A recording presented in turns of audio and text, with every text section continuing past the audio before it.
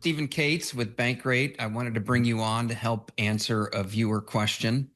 And before I get to the question, I think we got to start with the very basics because I Sure. don't want to assume that everybody knows what are cryptocurrencies. So cryptocurrencies in the simplest form are a representation of a currency or a coin. In some cases, they're tokens where they have a representation of something else. That may be, if you've heard the terms, meme coins or NFTs, non-fungible tokens. Those are there's a variety of different ways that you can do this. I think you can go down the rabbit hole pretty quickly. But the most popular cryptocurrencies people have probably heard of, Bitcoin, Ethereum, they are at this point, more speculation than they are, representations of new currencies or mediums of exchange. And those investment benefits, the rise in prices is the priority that most people put on today to try to grow their wealth. And that brings us to the question, and it sounds like Mel is either a retiree or somebody close to retirement. Mel wants to know, will my 401k just add crypto to my investment portfolio? So the short answer is no. I think to take a step back, the executive order that the Trump administration put out was to have the Department of Labor reassess what is legal and allowed within 401ks.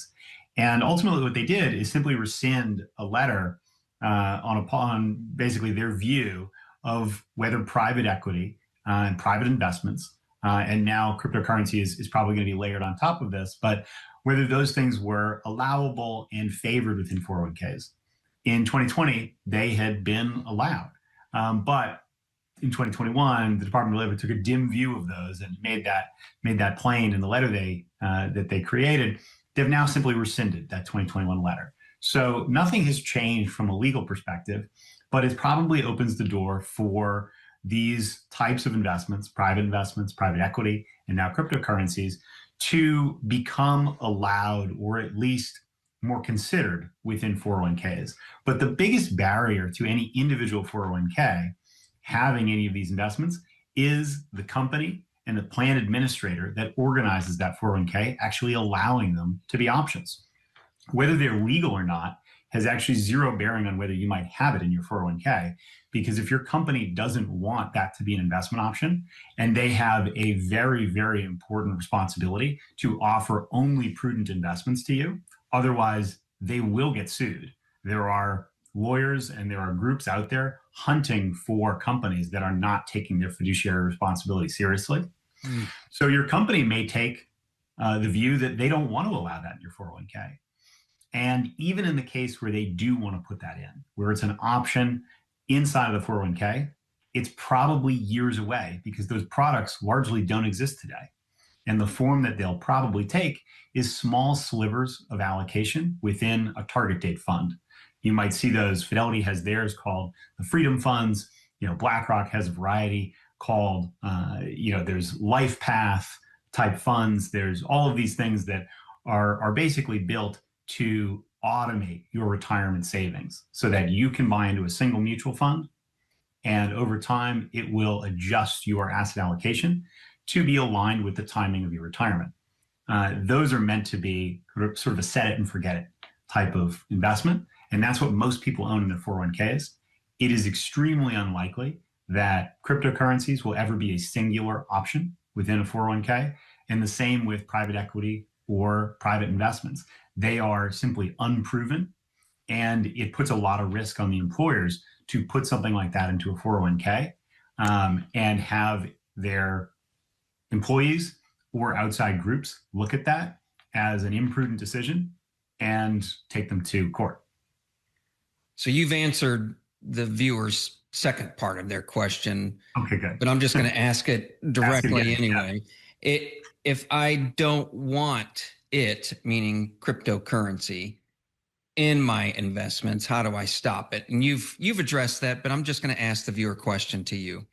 Well, I think it's a great question to focus in on specifically because you have within a 401k a curated group of options available to you. A far diminished amount from what is the total available options you might see in something like a brokerage account or an IRA. Your company has decided that you might have somewhere typically between 10 and 30 investment options, as opposed to the thousands upon thousands that are available if you were to want to invest in something in a brokerage account on your own. And so that curation is going to be carefully managed. Now, if they were to introduce options that have private investments or cryptocurrencies inside of them, it's at this point, in my view, unproven enough where they would probably telegraph that to all employees a lot to make sure that everybody was very aware of what was happening, when it's happening, how it's happening, and what investment options hold those. But they'll most likely offer options that have them and offer options that don't. So while we're yet to be in a position where any 401ks have these options now, and probably won't for a few years, the likely effect is that you'll probably have many choices to avoid it if you want to, or invest in it if you want to, so that companies are covering their bases. It sounds like these age-based funds, if you're in the future 30, there's a higher chance that you're going to have cryptocurrencies in your 401k versus the adjustment to when you're 60 and it may be more conservative. Yes, I think that's an absolutely accurate assessment, is that when you're younger, those target date funds, they're tied to your age and the age that you might retire, they are going to be more aggressive. So all else being equal, a fund that's targeting the year 2050 is going to have more stock in the US, more foreign stock, potentially more cryptocurrencies or private investments when and if those become available. And they'll have less fixed income and cash. And as you get older and we approach that year of 2050, the fund will automatically reduce stock and other risky investment exposure and increase the exposure towards things that are more consistent, more reliable, more conservative, like fixed income and cash. Yeah. Some of the other things, and if I stray too far from the viewer's question, which I'm about to do, just let me know if you're not comfortable with the topic, since we didn't address these. But these are in the headlines. You mentioned private investments, private equity. For people who aren't familiar with private equity, give me a thumbnail of what that is. So private equity firms, and you may have heard the names like Apollo or Blackstone, KKR. They are huge private equity firms, which either take large stakes in existing companies or take companies private. There's a dim view of many of these companies that comes from a lot of their creation in the 1980s and 1990s, when they were doing leveraged buyouts, where they were carving up companies and laying waste to workforces and pensions by simply trying to extract value out of those companies. Corporate raiders is certainly a term that's thrown around. I don't think that those companies necessarily represent those ideals in the same way that they used to. I think there's a fewer sharp elbows, but nonetheless, they are out to create value for their shareholders and for their investors in the funds that they create. The worry that people have about some of these investments being exposed to people's 401ks is that these companies are trying to essentially simply get access to a market they've never had before. There are trillions and trillions of dollars in the US 401k market. And up until now, private equity and private investments have been the world of, large institutions or very wealthy investors. And they're not really something that the average person has been exposed to. And typically for good reason. They're complicated, they're costly, and they're not always necessarily assured to offer you good results. And the biggest one is liquidity. They have very little of it. You're typically invested in one of these private equity funds or a private investment that's not public for years, indefinitely, until there is some sort of liquidity event. And the worry, and I share this myself, is that people investing in some of those without realizing that they are into an illiquid investment, will find that when they want to pull that money out or adjust their investments, that they're unable to. One of the best examples, I think, of this is you look at something like the TIAA traditional annuity fund, which is very popular with organizations in the medical field, in the education field, and it's well known in those areas.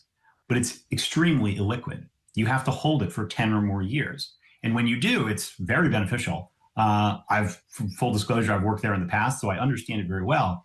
But very few investors at first blush do.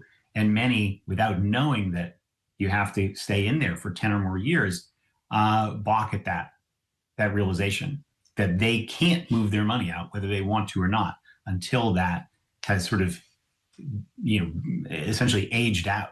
And private investments and private equity investments in that same vein, without those explanations, could put people at risk. So we've covered the advantages and disadvantages of that type of investment. Mm. And again, it comes back to age. If, I'll just use the 30-60 example. It sounds like if you're 30, maybe this is something in the future when it's available, you might consider as part of your portfolio if it's offered. If you're 60 and you plan to retire at, say, 65 or 67, you may not want to put that in your portfolio if you think you're going to need the money when you do retire. I think that's correct. And, for anybody, whether they're 30, 60, ultimately, your own situation best. And you have to, in some ways, protect yourself at all times. Ask the questions that are most important. If you know that you're going to need access to some of your money, then you need to be protective of that access. And you should ask whether it's a financial advisor or a plan administrator or somebody in your HR department, what are these options? What do they mean? How easily can I change them?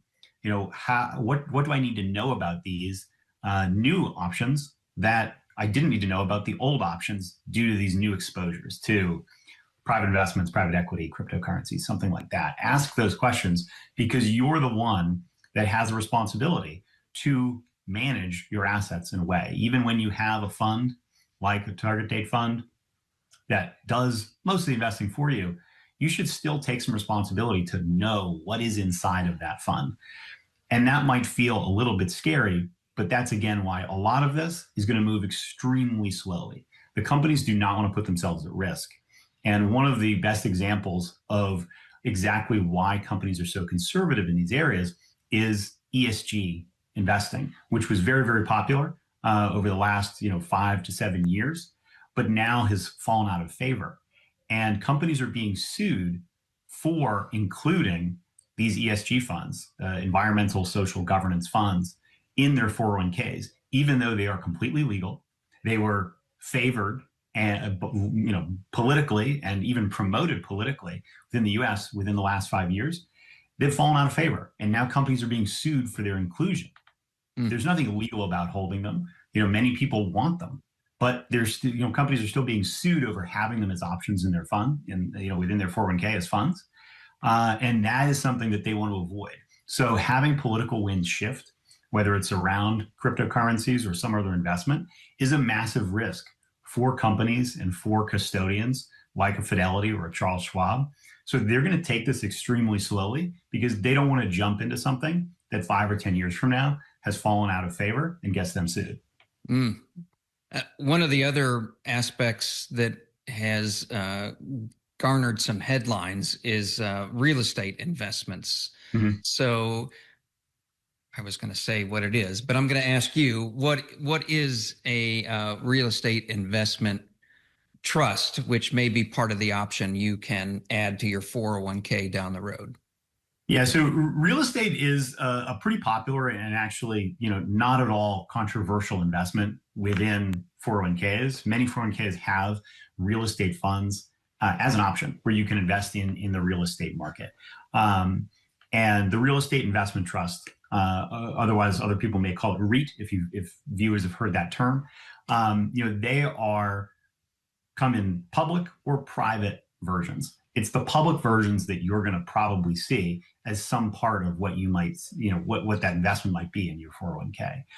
Or it might be a mutual fund that invests in real estate companies, whether it's home builders, mortgage servicers. They're in the real estate realm. But REITs themselves, are owning property.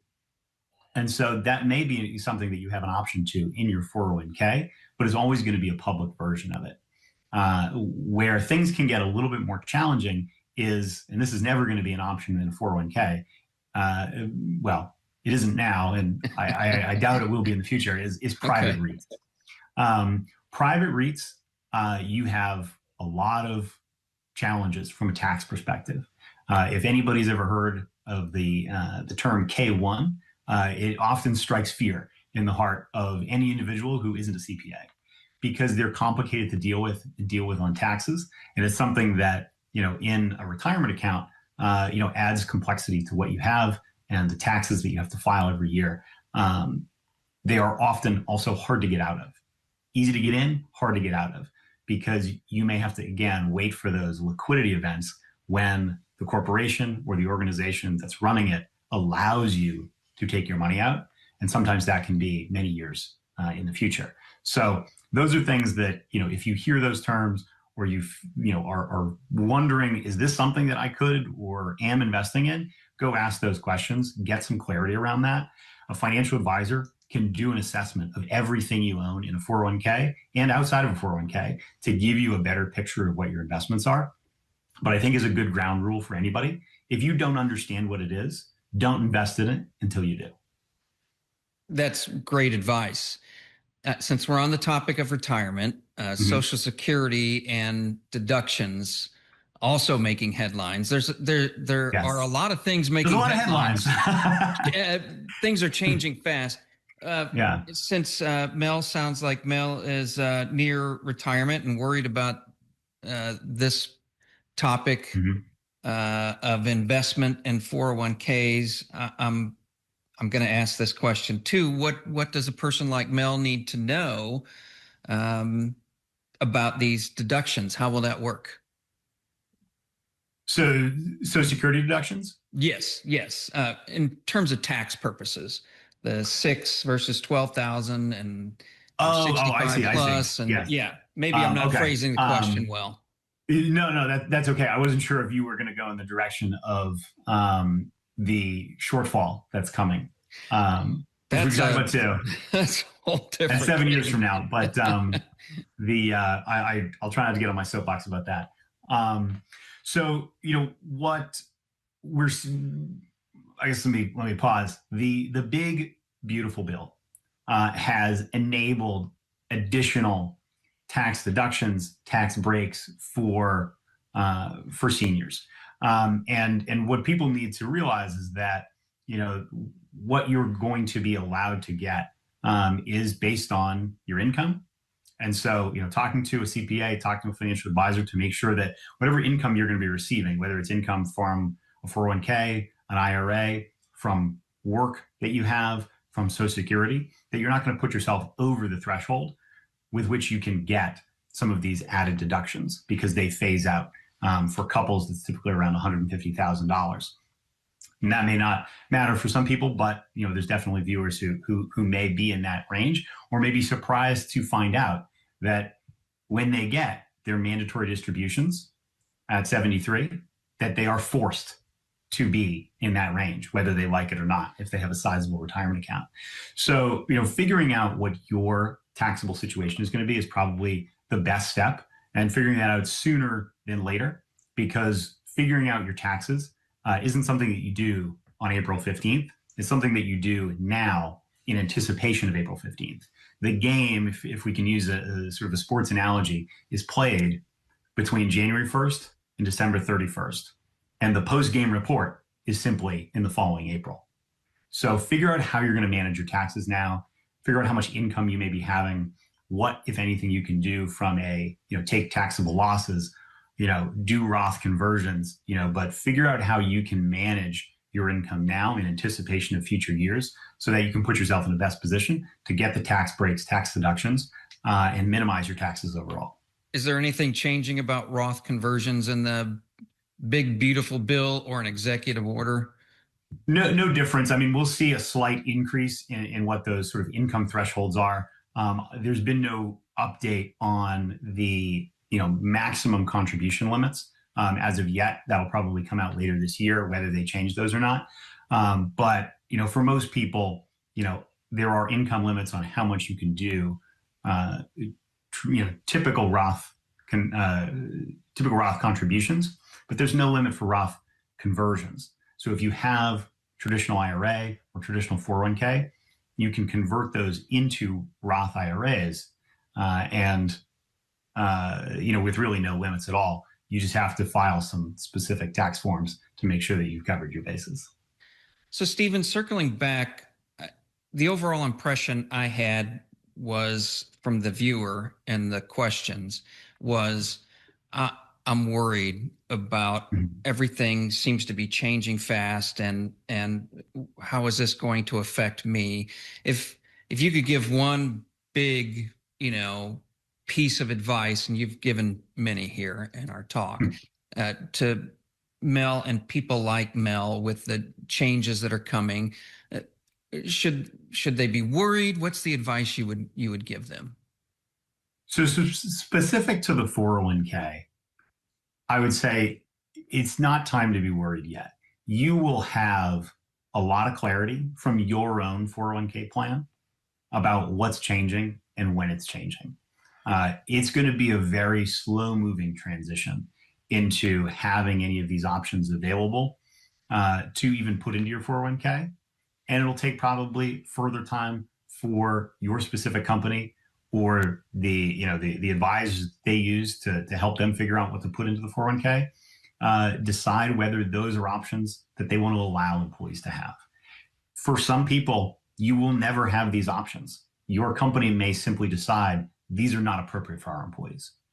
Whether you like it or not, you may want those options, they may never appear.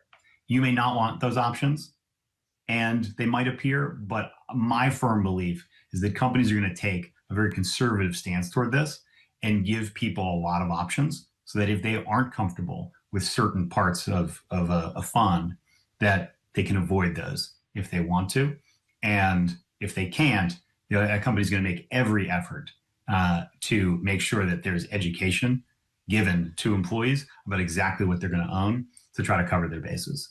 And if you ever want to talk about Social Security shortfall, I think that that's a huge overhang that administrations going back now 15 years have just dropped the ball on. Gen X is the least prepared generation for retirement right now. And they are the ones that are going to get hammered by this if we don't fix it, because 7 years from now is when the shortfall is expected. And that is exactly the year that the oldest Gen Xers will hit full retirement age. They are 60 today, the oldest of Gen Xers.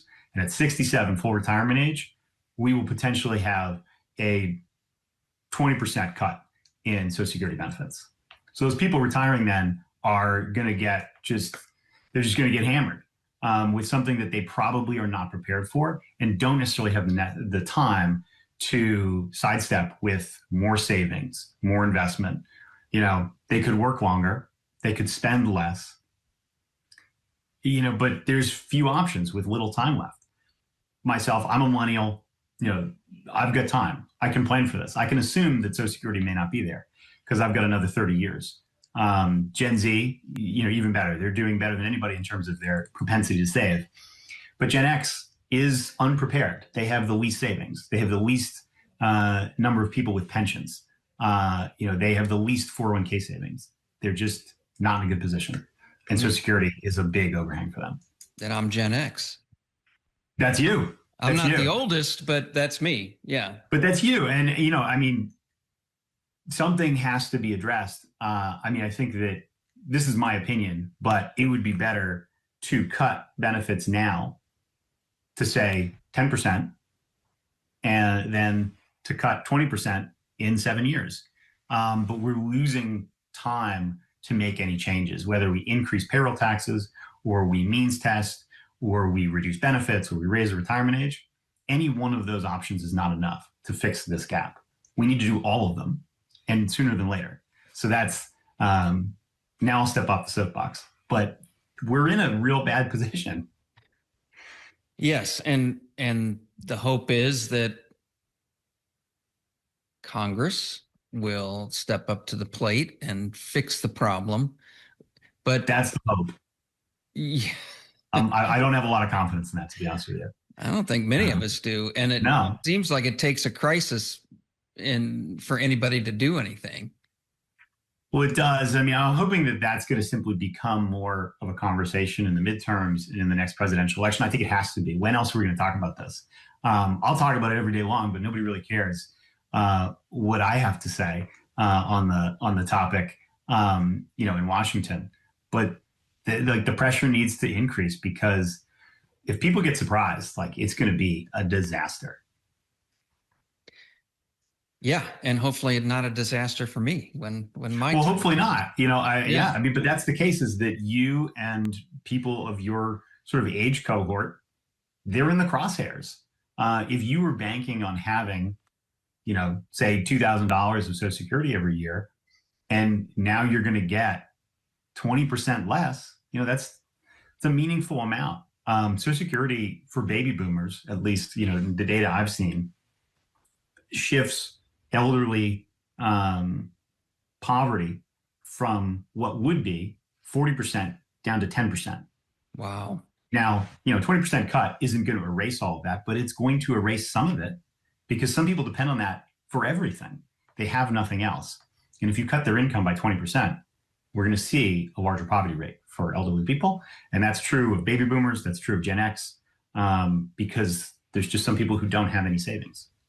So at the moment, it's working the way Roosevelt wanted it to work. Yeah. I mean, it's working to cover, and sort of absolve a lot of elderly poverty, because there's still a large portion. I mean, we talk to probably a lot of people who have savings. They're worried about their investments because they have investments. But there's a large population that doesn't, and they're the ones that are really at risk. It's probably not necessarily you or me, or people who are on the higher end of some of the income threshold, but it's that bottom 25% that they have nothing else. And when Social Security disappears or is cut into, then that's a 20% cut to their income.